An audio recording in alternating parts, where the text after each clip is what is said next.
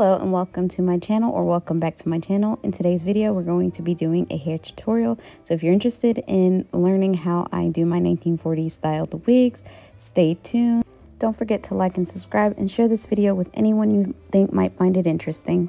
So for this hair you're going to need sponge rollers, clips, a brush, hairspray, a wig head, and a steamer. So I am resetting this wig, which means it was already pre-styled prior. This is the first time doing that. And so to detangle and release the old curls, I am steaming it. This wig is a year old and I've only styled it the one time. So I am brushing out all of the knots and stuff because I do tease the very last row for volume and to give the wig shape. So the bottom was pretty tangled, but that was because I teased and backcombed the bottom with hairspray. So now you're going to want to section into two sections so you can really get under that bottom layer and comb everything out. Steaming as you go, of course. It makes it really easy and quick. If you are starting from scratch, of course, you'll be skipping all of that, but this is the hair. I didn't care for it to be particularly bone straight because I'm going to go right into curling after this. So for the bottom rows, you want to start with the smallest rollers you have. Mine are the blue ones, the blue, yellow, green, then red, and that's the order from smaller to large. And I started out with the yellow, but you really want around the nape of it to be as tight as possible, so you do want to go in with the blue. I have toddlers who like to play with my sponge rollers, so unfortunately some of them have been ruined, damaged, whatever, and so I'm having to use whatever rollers have survived them.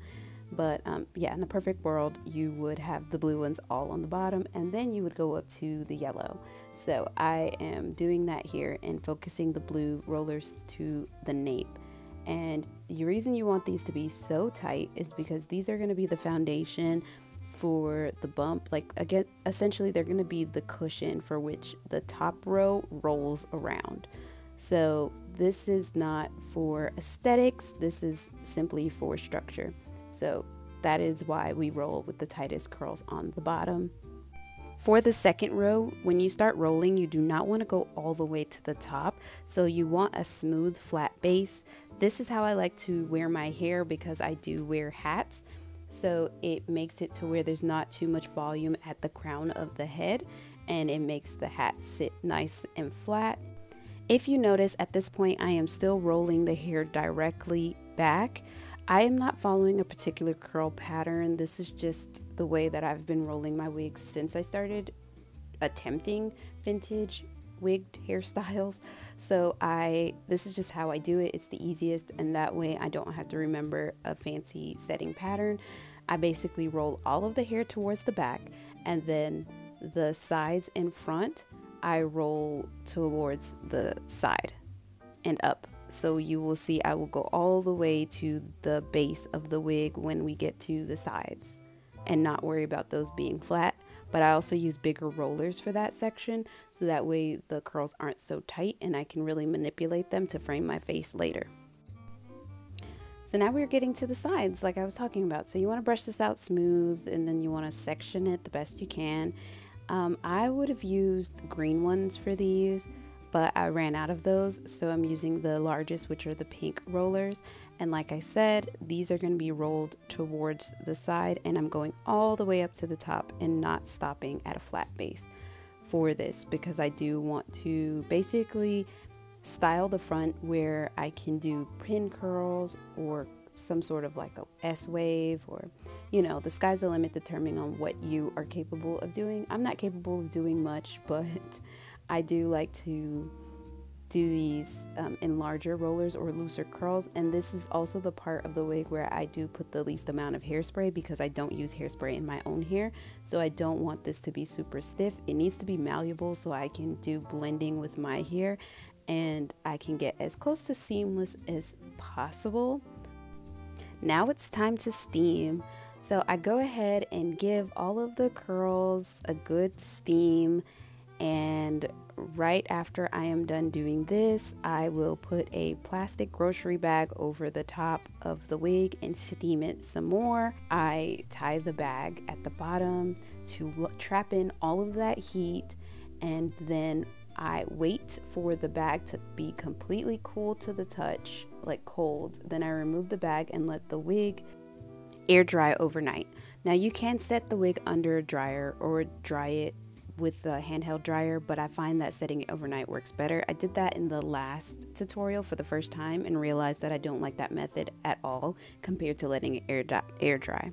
So it is the next day. It's time to let the curlers down. I am in my pajamas and I'm wearing shorts because later on it might look like I am not wearing any pants, but I am. I am taking out all of the curlers. They are nice and dry. I actually waited till the evening. Now I'm separating the curls with my fingers a little before I go in and brush it. I don't use a comb for this process at all. I just use a very coarse boar's brush with a softer side, which I use for smoothing the crown, and a very coarse side, which I use for teasing the bottom row and then shaping the top section. And you will see me do that here. Now I am separating the top row from the bottom and going around and teasing and hairspraying. As I tease, I'm adding some hairspray so that way I can get a good hold on the bottom, because like I said earlier, this is for construction purposes.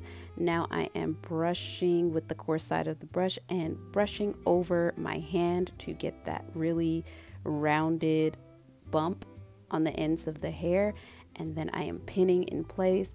And I will go back with brushing and pinning and spraying, brushing, pinning and spraying over and over and over until I get the shape that I want. I do go back and spray this later. I don't show it here because I actually forgot, but then I do go back and spray all of the section with my Got2b glue freeze spray, and this is fantastic spray. I don't use it a lot, so I've had this one bottle of spray for at least 4 years now, so that just lets you know how much I get out of it, and I still have at least half a can left. And so yeah, just keep brushing that hair over your hand to really shape it and smooth it over, and then spray it some more. And hopefully you can get a good idea of how this is done. This is only my second time doing this hairstyle on this wig, so I'm very much a beginner as well, and I figured if I can do it, you guys can do it too. So here I am, just smoothing, and it's just very repetitive, and you're just going to keep molding the hair and playing with it over and over and over until you get the desired shape. And that's why having the tightest curls on the underlayer is so important, because you do not want it to hang down or for the curls to drop, so the tighter the better. And then I'm just gonna speed this up so that way we can get through it, because this is a pretty long tutorial, but I hope that the length means it's detailed. So while I'm not an expert or really good at hair at all, I really wanted to add to the resources that are out there for Black women or Black people in general, because I just know that there isn't a lot for us out there. And so I am sharing what it is that I have been able to come up with, and I'm hoping that you can take these tutorials and branch off and make something of your own, or even find this as a guide or a starting place for your own hairstyling and vintage journey, if you will. So I'm so glad that I can share my experiences with you, and I look forward to seeing what you guys are able to come up with too, because I'm sure there's so much I can learn from you, since I am grasping at straws at this point. So now we're going to get to the front of the hair, and I actually like the natural like wave and S curve of this side of the hair. The first time I did this, I did not obviously put a wave in it, but this time I thought it would be really nice to put a wave in it, because then it means that I don't have to leave out hair on this side of the wig, because that cute little finger wave or S-bend or whatever it's called would cover up my hairline in a very natural looking way. So I just went with it. That's how the curl wanted to curl, and I thought it was a good opportunity to leave out less hair, because the less hair, the easier it is to get styled and go.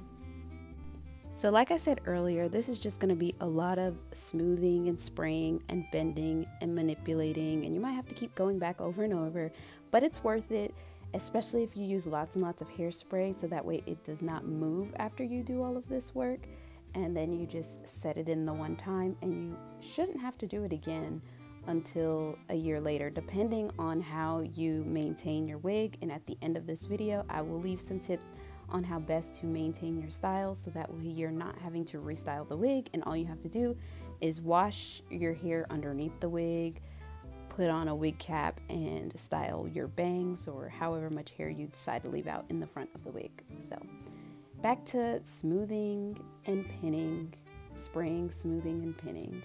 It is a never-ending task, but it's so worth it. Now we are going with the fuller section of my bang that I usually leave out, and this part of it isn't necessary to be done right now. You can actually do this part on your head, because this is where you want to blend your leave out anyway, but I decided to style this entire wig on the wig block, so that way I could make sure that you could see it all. I find it easier to do this because I can see the entire wig, whereas when it's on my head, I can only see the front of my head. So I am doing it all right here so you can see everything. Once I put the wig on my head, I'm literally just plopping it on my head and then pin curling my bangs. If you haven't already, you can look at my 1950s half wig hair tutorial that I posted a couple months back. I will leave a card for this tutorial, and you could definitely check it out after this video. If the 1950s is more your style, I think that tutorial is really beginner friendly as well, and has less manipulation and less teasing and curling than this one. So I think it'll be really good for you if you're into this kind of hairstyling. Now we're gonna give the wig one last spray before we let it dry, and then pop it on our heads to see how it looks and if the clips need to be lowered and readjusted for my head, because I have not tried on this wig since I started styling it again. So here it is. I've already blended my leave out, and I like the way that this hair looks, so I'm taking the pins out so I can put the hairnet on. The hairnet will essentially keep my hair in place, so on a windy day my hair won't move and gravity will not get to my curls, and the style should stay intact for as long as possible. So now I'm putting that hairnet on, and then I will put the clips back in and spray it one last time so that the wig is molded to my head, and all of the bends in the hair is exactly where I want it to be on my head, since it's a little bit different than when it's on the block. So that concludes the making of this 1940s wig. I was going for sort of like a page boy hairstyle, something that's kind of iconic for the time, since I wanted it to be something that would be like an everyday look, something that can be glamorous, but also something that I can throw on with like a normal collared shirt like I'm wearing right now. Couple things to note with this wig: it does have a lot of shine to it because it is a synthetic wig, so I do recommend that you use a little bit of cornstarch to cut down the shine. And I only did that the first time I styled this wig. I didn't do it the second time, and I do believe that the hairspray adds more shine to it, so it did bring back the shine factor. So I'm probably gonna add some cornstarch to a makeup brush to kind of dull the shine a little bit. Tips for making this hairstyle last: make sure that you have some alligator clips or claw clips, whatever you call these. I would get a pack from like the Dollar Tree specific for this wig. I would not only wear it with the hairnet, but store it with the hairnet to help keep the shape. And then when you're not wearing it, pop these things in to protect the bend. And I'll show you. So yeah, you're gonna wanna continue to wear these in your hair, well, in your wig when you're not wearing it, and keep it on a wig head, a styrofoam wig head that you can probably get from any craft store or beauty supply store or order online, and just keep it on one of those to maintain the shape. I had this hair for a year before I had to restyle it, so this is only the second time that I've restyled it. So this is a synthetic wig and it has texture in it, so that way it blends well with ethnic hair. I really like how affordable this wig was. I think it was under $20. It was $20 or less. I'll leave the information about this wig in the description box below because I do not remember. I do think I got good value for this wig. A couple of the tracks are kind of like falling off and I'll probably have to sew that back on. I didn't this go around because I knew I was going to be able to tuck it in and then like hairspray everything in place. So because I'm not constantly combing or brushing this hair, I don't really have to worry about that. But that is it for maintenance. I hope this was an easy tutorial. I hope that it would be very beginner friendly, but then also if you're just not a hair person like me, I hope it would be convenient. This hair is so easy, especially as a content creator who likes to dress from several decades. Sometimes when I'm creating content and I have to do a transition between like a 1940s and 1950s, it's really easy to have these half wigs where I can just pop one on and then pop one off and then I am in a different decade. So thank you so much for watching. I truly appreciate it. Please like and subscribe to my channel if you'd like to have more tutorials like this one and sewing content. You can also follow me on Instagram at SewRena_ to follow me in real time, as well as Ko-fi, where I do upload sneak peeks of upcoming projects. And I also, for my supporters, as an added little thank you, I do upload these YouTube videos up to a week in advance. So if you want to see this content earlier or before everyone else, go ahead and support my Ko-fi. The link and everything will be in the description box below. Thank you so much, and I will see you in the next video. Bye.